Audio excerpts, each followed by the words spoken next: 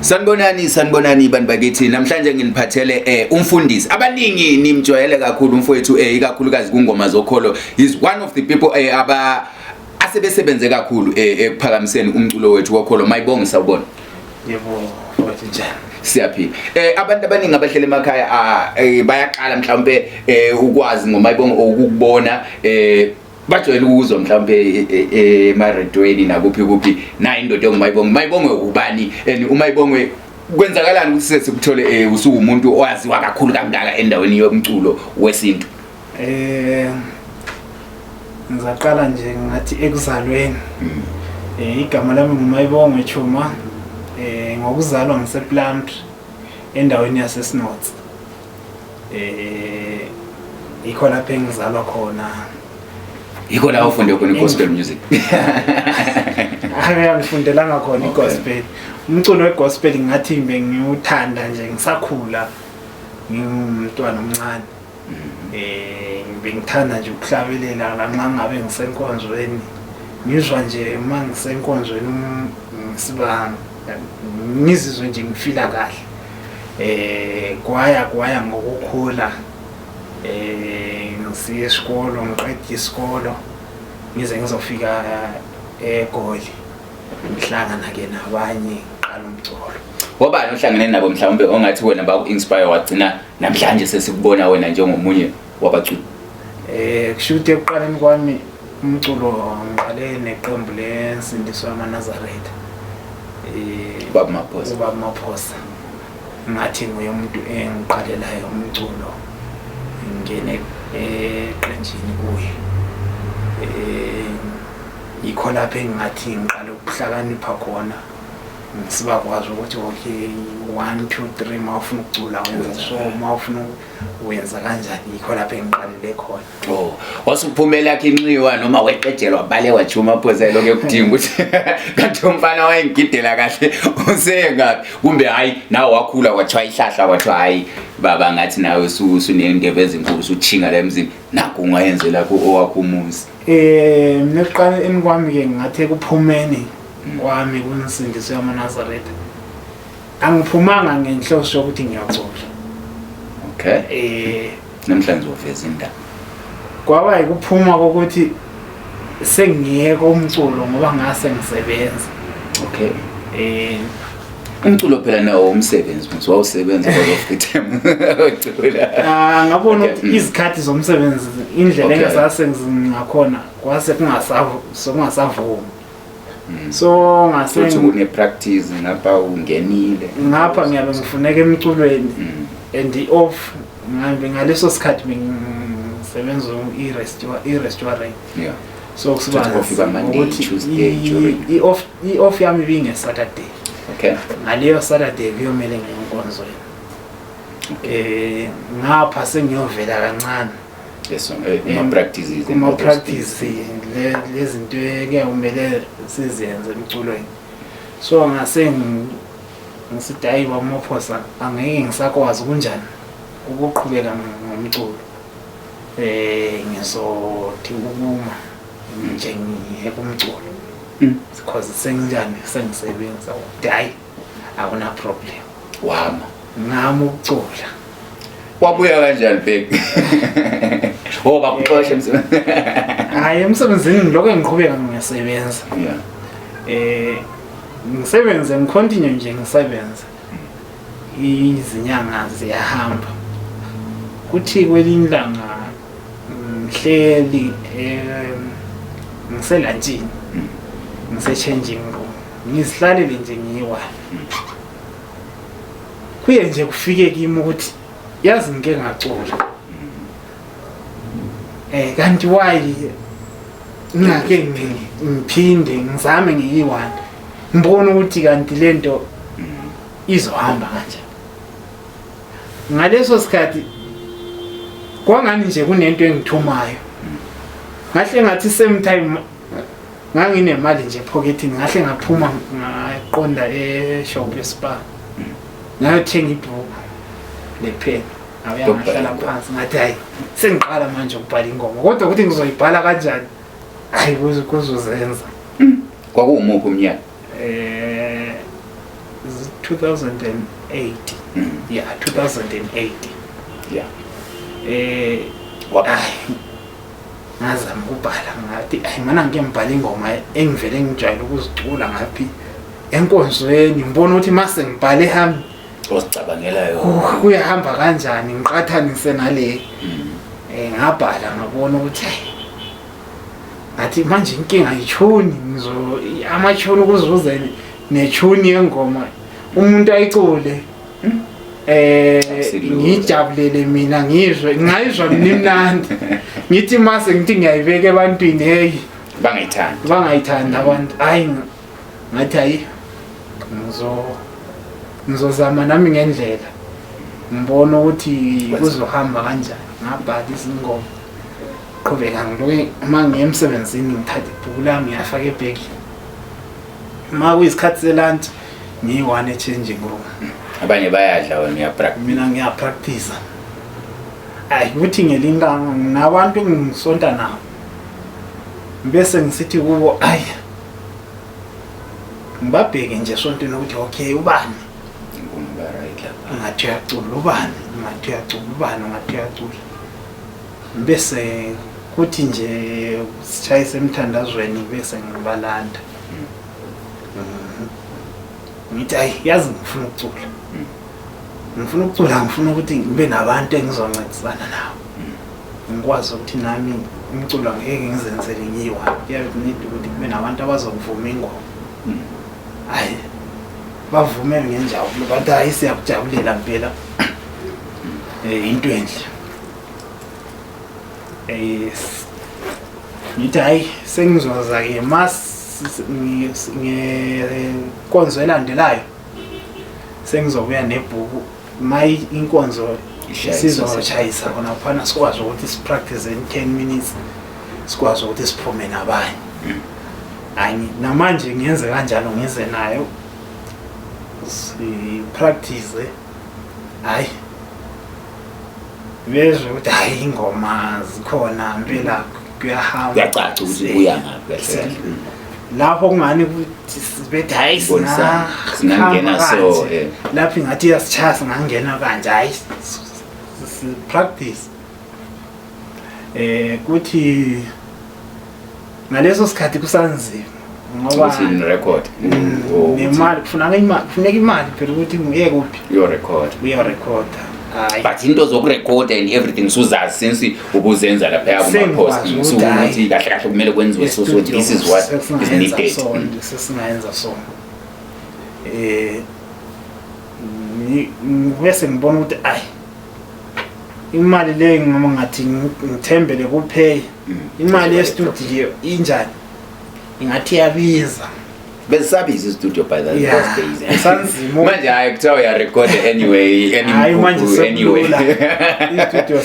seziziningi kakhulu ziziningi zinjalo hayi fana sizofika kuloko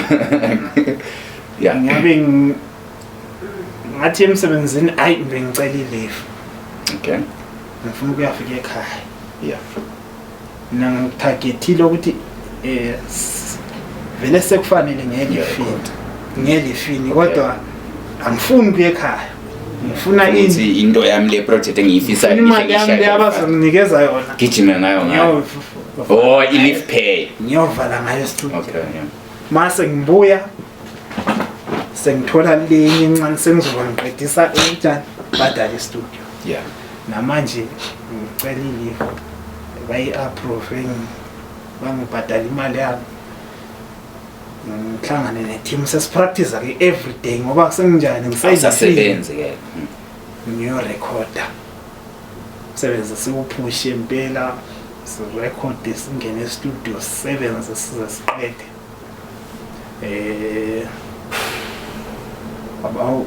u-engineer umaster uphume bawamukele njani abantu uthi lapho-ke sewuphumile sanzima cause ukusebenza ukuthi ngithi ngine-speaker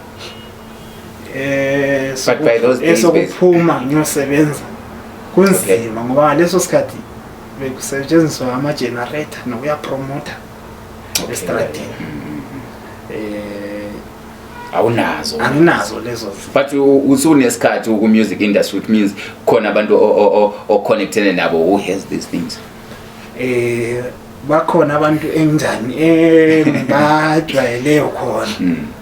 ukuthi ngazama ukuthi ngibambisane nabo kodwa kusenza ngoba ukuphuma nomsebenzi abantu bengakabi kwazi into yokuqala sithi ngizoqala ukulidayisela abantu abalandeli abangu-10 engizoba nako nganginovalo ukuthi kwaba abangu-100 nje abazoba bezwa umculo wami leyo nto ingangijabulisa ngoba ngiyabe sengibona ukuthi hayi i-100 sensaziwa sengathi intombi ungahamba nomunye mayelizwe i-CD lidlala uzothi ulithenge kuphi and ngaleso sikhathi bekungafani namanje bekungenabo WhatsApp ukuthi ukwazi ukushare izinto zakho very fast push i-CD lakho ma umuntu elizwe eZimbabwe uzolithenga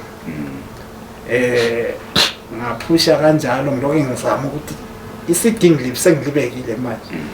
angisela lapho ukuthi ngizathi ngipromote kuphi ngenze kanjani but ukuvela ukudala usendimeni ngicabanga ukuthi besasekhona baba maphosi bokuqala kuye ubudlelwane bekunjani ukuthi mhlawumbe ubuyele ukuthi baba nami sengibuye nami nowapho umsebenzi akusetshenzwe la ngoba ngomunye umuntu obenespeed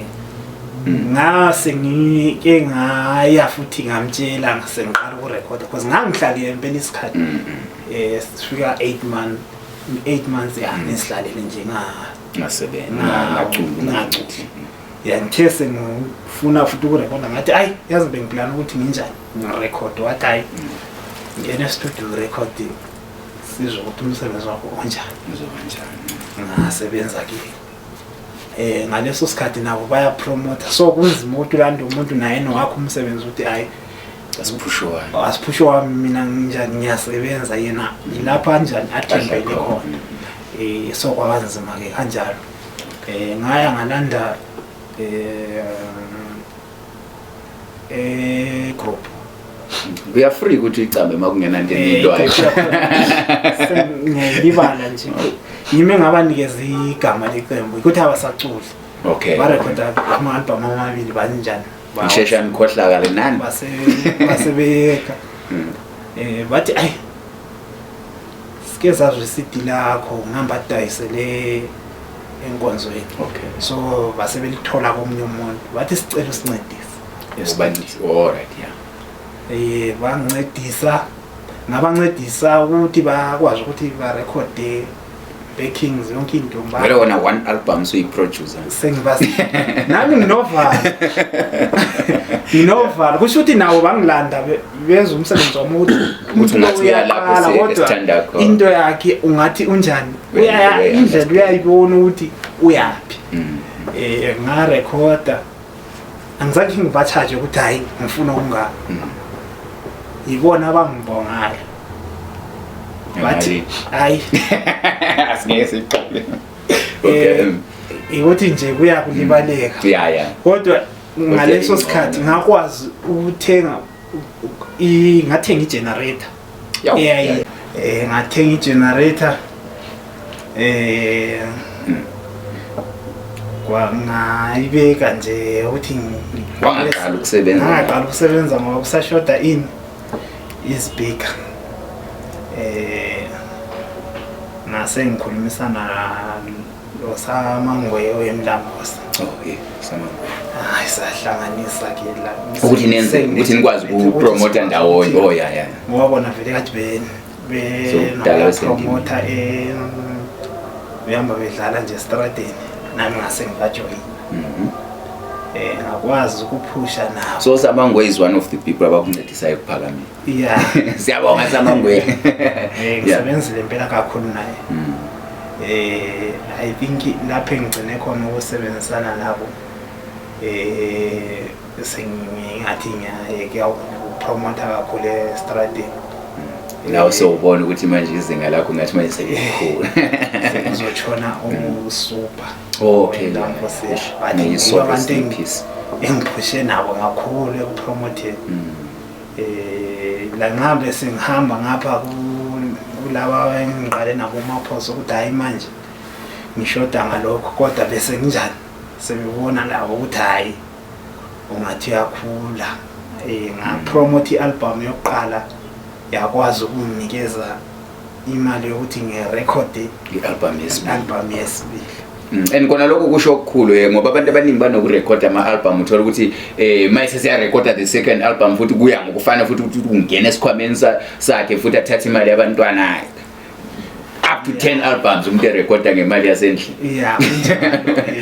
ngathi nje ngaba naleyo ndlela ukuthi ngikwazi ukuthi umsebenzi wami oqale ngikhiphile abantu bawujabulile.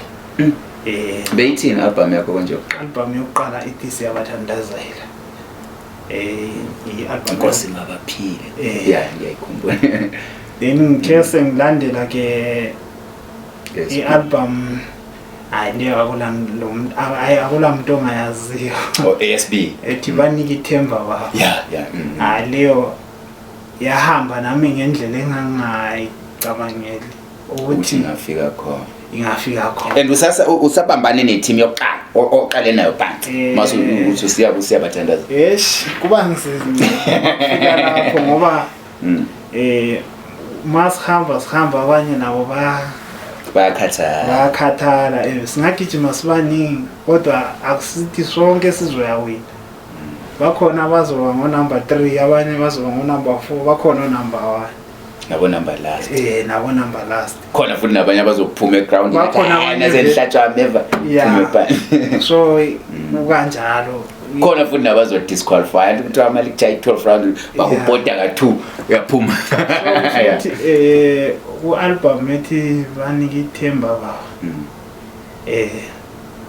Ngathi umuntu engasengisele naye uyi-1 from Google first group. Cishe lapha nasasiba ngo-7. Yho, abang 6 base sebekhathela niyashesha ukukhathala abantu bakithi. Ngathi indlela siyibone kahle. Eshibakethi Bahlehla kancane. So ngasengiphusha ke nomunye oyi-1. You are free kumqamba manje so washona nje usisi wakhona bathi ungubuhle. Buhle, may your soul rest in peace nyamasisi buhle. Ku-album kubanika ithemba ngase ngisiba nenhlanhla ngathola Pretty abamazi ngoNampita. Nampita izingilo zezulu siyabonga. Umuntu oqalwe engathi ukucula from eqala ukucula uqale kimi ufundela ukucula kimi esiba nguPretty. Yeah. La namhlanje sebemazi ukuthi hayi Pretty seneguma la ma-backings. Yeah. From kumvuselelo yamakhola. Ayinto enhle kakhulu le. Usho ukuthi ngathi la manje nginayo. Yeah. Nami ngaba ufakazi ngoba 3 weeks ago ngeke ngaba kuyisho nganibona indawo nye. So it's not easy ukuthi uthola umuntu eningahambi ibanga la nxa uhamba kusiba nesifunda lapha nalapha kodwa siloko esinjani niwanvo siwasuka. Yeah. So ngathi nje sukela lapho album banika ithemba baba until March semangani album kuba la ngithanda ama-album esengenzile maningi kwezinye indawo bekusiba ama-single kusiba ngathi ama-album kahle ama-single angiwavalisanga. Okay, yeah. Ambalwa ngathi njengoba manje kungu-2024 I think ngina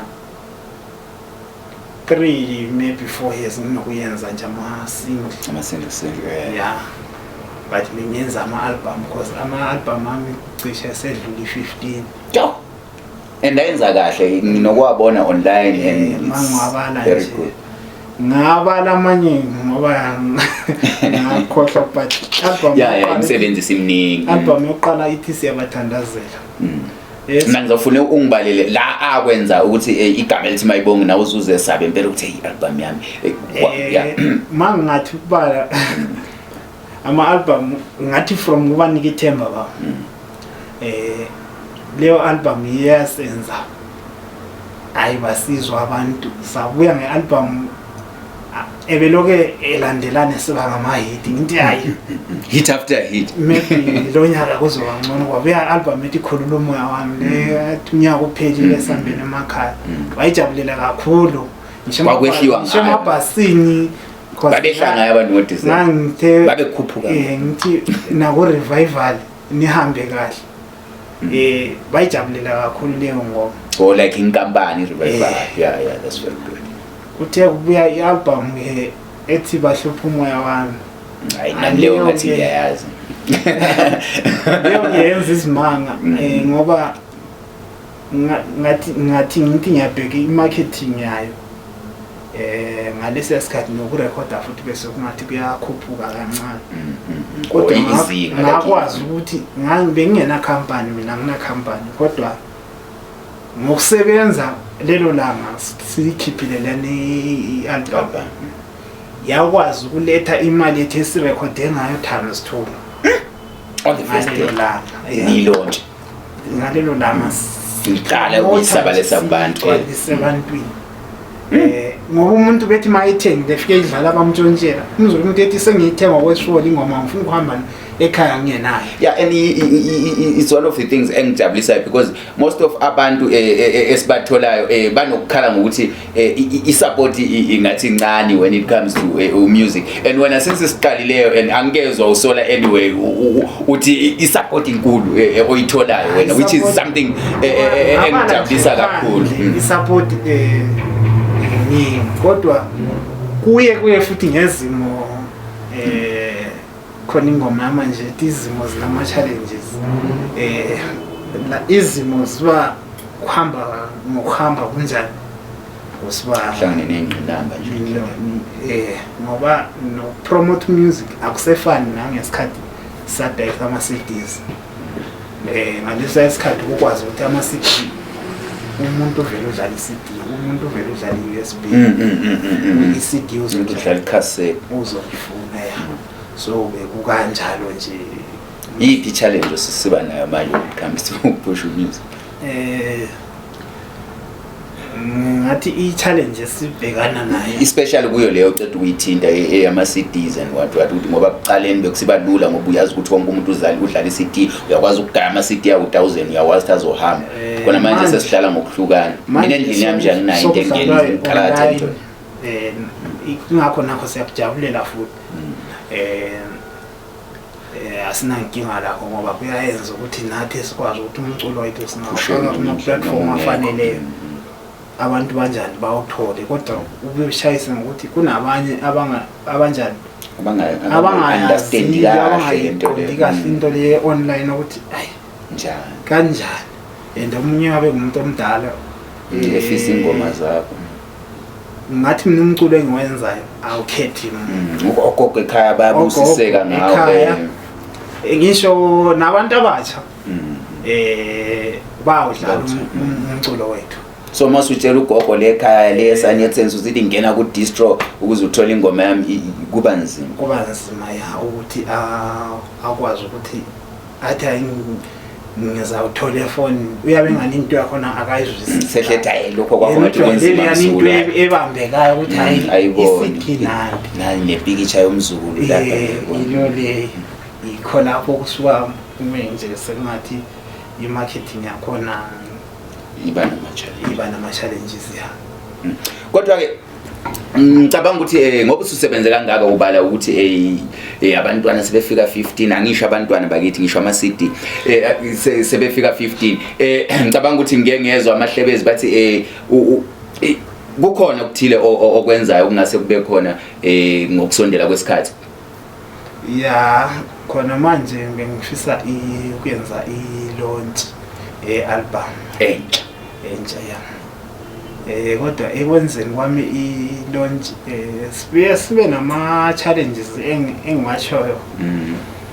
welcome to Mako siba nama shows nama companies ukubana asixhase amanye kubanzi umculo wegospel uyangani awutholi support kahle kodwa ezindlebeni zabantu njalo ufinyelela kahle ugcina sometimes mebuza ukuthi angenzi kahle yini kodwa ngingayenzi kahle kodwa umculo wami abantu bayawumamela. Nawuthi mawuhamba ngapha nangapha uzudla Ngithi ngihamba ngapha nangapha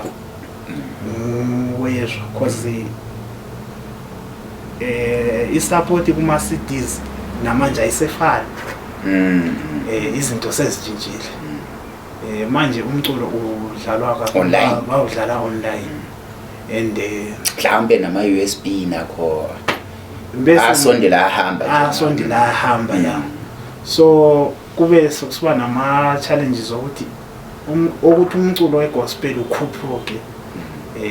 Akunamuntu ongadlala igospel. Ngisho nami ubani uyayidlala igospel. Noma usendlini ungaba ne-stress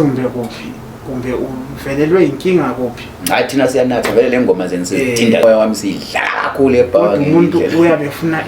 igospel noma engaba lento eyinya ayenza kodwa uba nale yanento ukuthi mayese ufuna ukududuza umoya ngizodlala igospel yeah. So awupromoteki kahle awutholi i-support efanele especially kuma corporate companies na kuphi ebantwini akumele baxhase actually ikakhulu nama promoters nginesicelo nje sokuthi umculo wethu uyadlala kakhulu kuma ake ngiqambe igama le company. Okay, yeah. Ngibale nje ngithi for example ngithi emabhasini mawusekhaya ngiyazi umuntu uyangifonela ngihambe ebhasini kudlala ingoma yakho sazi sayofika ekhaya kudlala yona bese yobeka umfowethu hey sihamba ngefuneral phala esoso sihambe sidlala ingoma yakho sihambe ezintshana nguwe umazila kade siyabonga nakumazila ngade sazi sayofika ekhaya kukancane ukuthi uthola umunye umculo evuma umncamo omunye umculo special masi kodwa bese ngizibuza ukuthi manje ngoba laba abantu umculo wegospel sisebenzisana nawo ndawo zonke uyadlala kushoda kuphi esingakwenziyo ikuphi ukuthi lezinka ngiyakuthola manje kusuke sokungathi mina ngokuyibeka kwami ngathi sesingane sidlala amacashela abantu abafuna ukulibeka iqiniso ukuthi hayi gospel injani ikhona ivele ipowerful. Okay, mina sengajola maskani ngithanda ukuthi inkulumo mayingathi ifike endaweni nje ithi dlu. So lana sithi for an example uthola ukuthi this is a funeral parlor ama customers wabo bawaduduza kakhulu let's say ngengoma zakho makuhanjwa kusenza noma kufika lapha babaduduza ngengoma zakho, but when it comes to sponsorship uzozwa kuthiwa this funeral parlor sibonakala ngale sponsor maskani, sibonakala ngale sponsor rumba, sibonakala ngale sponsor kunye okuthile. When it comes to gospel amankampani abaleka sinesifiswa senzana ukuthi kusondelana nakithi nesisponsor sibela bona. Yeah, that's true. Umsebenzi wethu bayawazi bewazi sibesicela ukuthi nawo asingaboni sebe ku-right basichase sonke nathi si-gospel ngapha basicabangele hayi iqiniso ngoba nginje okuyovela ngathi kumbe ozongisiza kumbe angikwazi ukuthi i-company ezoqhamuka yipi kodwa ngifisa ukuthi since umsebenzi wethu bewazi abasondele nakithi si-gospel nginje kunezingane nginomndeni kusasa nizothi imvuselelo washona kanalutho ingane zakhe ziyahlupheka kodwa music wami ngidlala each and every day angizange ngikuthole lolu xhaso kumele njani ningisupport ngoba umsebenzi omkhulu ngikwenzile nginje nami ngize ngizibona ukuthi indima enkulu ngiyidlalile baningi abantu engibaduduzileyo that's true. Each and every time umuntu ngiyathola ama videos nginengoma ethi khona indawo engaphansi komhlaba. I think leya video yakona umuntu ongathi akayazi oweZimbabwe. Each and every time akuvela isifo cishe ngathi iyeqala ukufaka okubonisa khona ukuthi umsebenzi wegospel unjani ngakho abasicabangeli ama-companies ukuthi hayi umculo we-gospel ukhona nabantu laba bayenza into leyi ngothando siyafisa ukuthi ama-company abe khule ukukhula kwe-company ukuthi nami kungijabulisa ukuthi ma i-company sikhulile kusasa nawe uzabe ethi hayi bafethu nginomsebenzi onje ngiwenzayo ngicelana ukuthi ngizoyenza so akhona ama-companies esingathi mina njengama-church because now we can say ama-church sengama-companies because they are making money, they are making profits there. So ama-church niyenisondele kuwo mhlawumbe ukuthi nisho ukuthi hayi madoda ngoba thina yithi esenza umculo okaso now azama uxhasa because omunye businessman ohleli lapha uzothi but these people they are doing into enhle kakhulu kodwa kulento ezinjengama-church ezingathexwayo thina siyathexwa why bengafuni kakhulu uxhaso from ama-church lapha ema-church uxhaso bayazama khona asibonge ngoba ngathi cishe sekukhona ama-church engathi seke angibhadala engiqhasha ngiyowaphefomela cishe nje you are free to name them amanye ngeke wakhumbule wonke but amanye we are free to name them so that nabo bazizwe be-motivated next time bakwazi bandla le-efata okay nalo like langisusa lana siyaphefuma ekhaya so ngiyakubongela lokhana ngomsebenzi siyafisa ukuqhubeka bewubhekile ukuthi hayi umsebenzi umuntu lo wenza umsebenzi onjani oncomekayo so iyo nje ama-churches engathi anosicabangela ukuthi hayi abantu laba umsebenzi yabo yabonakala asithi ukuba masine umsebenzi siwenzayo sibabize ezinye izinto mhlawumbe ezi-private because I know ukuthi ngendlela iqembu lenu eliduma ngakhona umculo wenu is no longer limited to ama-church maybe kukhona umuntu ongaqhamuka ethi hayi nomshado ngine-birthday athi uyayimema imvuselelo yamakholwa niyakuvuma lokho noma nithi no thina we are strictly la ukuthandazwa khona and all those things thina sikhethi ndawo as long umuntu ebuyethi ngenza lokho siliqembu siyakwazi ukuthi siyo ngoba vele mawushada angithi eqaleni udinga umkhuleko ukuthi hayi uNkulunkulu anibamba maniqala nje umsebenzi wenu niwenza nidinga umkhuleko ukuthi hayi sicelelana lana umculo wegospel ubalulekile ukuthi ungavula umcimbi umuntu okubona like ngathatha ngithi lana eSouth Africa umculo wegospel bawuhambisa phambili kakhulu ngibale kwelakithi eMashonaland umculo wegospel bawupromota kakhulu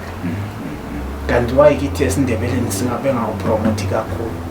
maybe sikholelwa kakhulu emadlozini kodwa unjalo udlalwa kakhulu abafuni ukuthi bawuvume ebantwini kodwa bawudlala kakhulu umuntu inhliziyo sibuhlungu yavukela endlini evale fa ingoma kaMayibongwe phakathi why umcebisa ukuthi ningayivumi emakhoneni anivume futhi straight ukuthi hayi uyayijaya ingoma nivume obala ningayivumi emakhoneni ukuthi mase nijike emakhoneni nivume ukuthi hayi umsebenzi uyabona ya kodwa mase phakathi kwabantu niyenza sengathi niyenza sengathi asibonakali kodwa umsebenzi wami wazi akungabi njalo kubalulekile ukuthi ukhulume ngami mangasakhuluma mina akunamunye umuntu ozongikhulumela it's a challenge kumele ngikhulume lokho na sokungaba khona omunye ongangizwa omunye sengangizwa kabi kodwa omunye onendlebe uzobezula ukuthi lwana umuntu kodwa ukhuluma iqiniso why kungazi kanje and umculo ikakhulu ngikhalela ku-gospel uncindezelekile vele kakhulu engilesifiso sokuthi nangubani ongafisa ukuthi kusasa siyazama ngamandla ukuthi sinjani sikwazi ukuthi sithuthuke umculo wakho ikakhulukazi ekhaya uwenza kanjani ema-radioways and everywhere ngoba manje siyakubona ngumculi wena ma usekhaya bakwazi njengomculi waseGolan Yeah, so unjani umculo wakho ekhaya ikakhulukazi emsakazweni nakwezinye indawo la expect ukuthi siwuthola udlala khona? Umculo emsakazweni bayawudlala ngoba vele iqembu mase likhulile kunabantu vele abazohlala bethi ngifuna ukuvuselelo ingoma zebe zilokho ezisibanjani ku demand ukuthi hayi ufuna ukudlala la nxa u DJ ngena ebengacabanga ukuthi uzoyidlala imvuselelo uzoyidlala because of abantu ababenjani bezifuna lezo ngoma ukudlalwa ziyadlalwa khona emsakazweni ziyaphusheka impela emsakazweni yeah ngoba sinokuzwa abanye abantu bekhala bethi hayi asidlalwa emsakazweni kuyakhethwa kudlala abase north kudlalwa abase east hayi emsakazweni mina ngathi ekudlalweni angikhali kangaka siyabonga uya imvuselelo hayi iyadlalwa impela kodwa la nxa kungafinyeleli lapho engifisa khona kodwa ngilokuthi la mangifikile ngisekhaya ngivula umsakazo ngizwe iyadlala konke akuyangibonisa ukuthi hayi igama linjani liloke likhona. Sihleli noMayibongo Chuma la weqembu imvuselelo yamakholwa engicabanga ukuthi abantu abaku gospel music bakuningi abafisa ukuthi ngako bayakuzwa kuye engicabanga ukuthi uzothi mayihamba ashiye izinamba naphansi ku comment section uyakwazi ukuthi ubuze imibuzo ethile izofinyelela kuye uzoyibona uzokwazi ukuthi akuthinte ikakhulukazi futhi esikhala ngakho ishilo insizwa la ukhala ngokuthi umculo wegospel mayebhekile yena ungathi abantu basindwa inyawo ikakhulukazi laba osomabhizinisi nabantu esivamise ukubabona besponsora eminye imikhakha yemculo uyafisa ukuthi lokho kuyenzakala kakhulu ikakhulukazi masibheka umculo wegospel ukuthi bayasondela kakhulu abaxhasi bewuxhase umculo wegospel Mayibongo ngikunikeza nasi isikhathi lapha ngikunikeze nje mangathi mina ngikunikeza nawo 1 minute ngithi thengisa mina imvuselelo yamakholwa ebantwini abahleli noma kuphi kumagumba amalomhlaba uthi nansi imvuselelo okudingayo ukuthola kanjani njalo yini ama services enwa provider mina ni imvuselelo yamakholwa ngathi simvuselelo yamakholwa oqala ngizathula inamba ithi 065 268 4W14 068 268 4W14 i-email address iyo le number futhi abangakuthola kuye ku WhatsApp same number bakufonela bakuthola WhatsApp nifona bakithi nibuza ngokuthi umculo wemvuselelo wamakholwa kwenzakalani bakithi iganiwe insizwa bakithi bomama inamba ayibe ngiyokubuza umculo i-email address ithi yamakholwa imvuselelo @gmail.com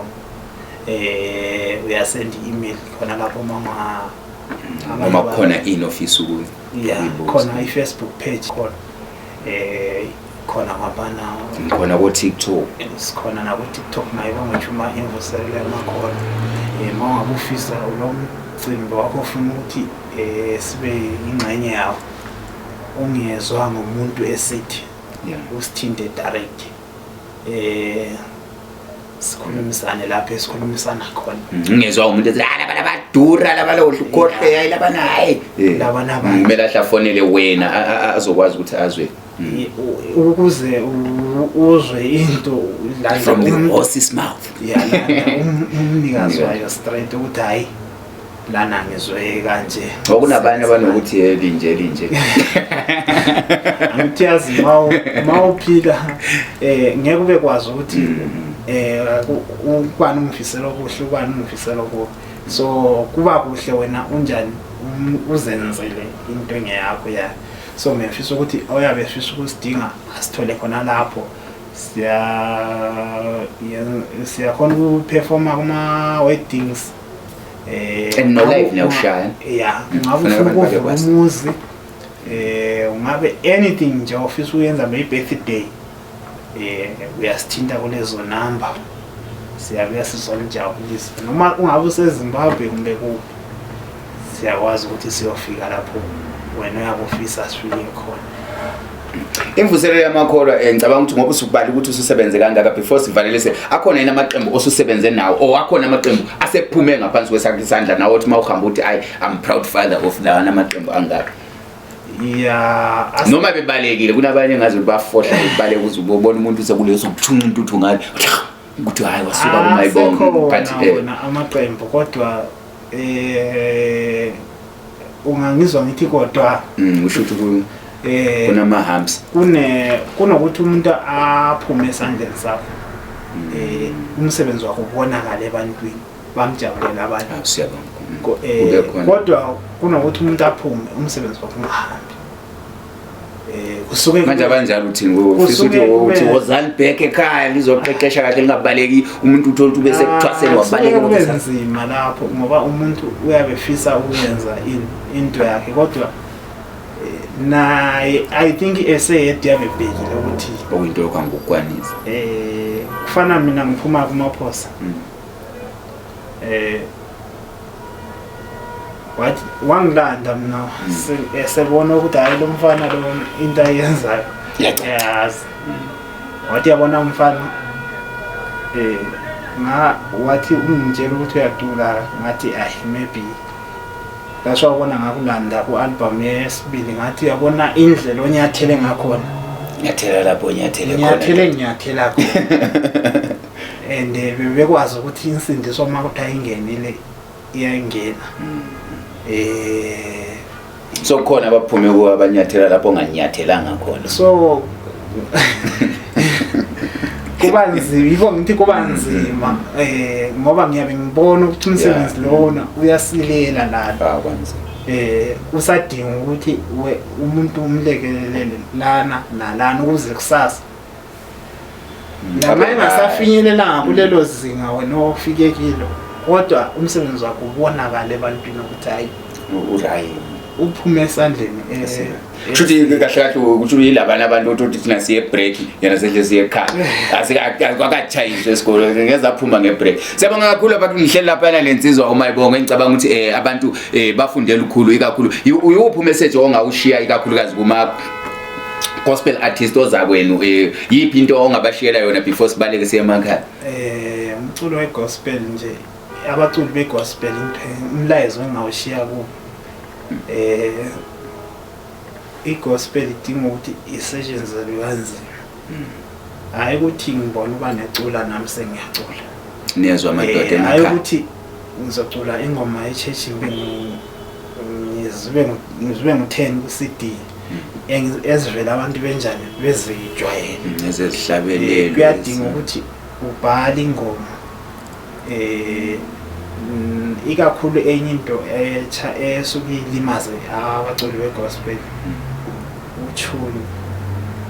ukuthi vele ucula ngawo uthuni uyabe engakwazi ngabona kuphela engazwa kuphela ngathi sokutrenda lokho uyangena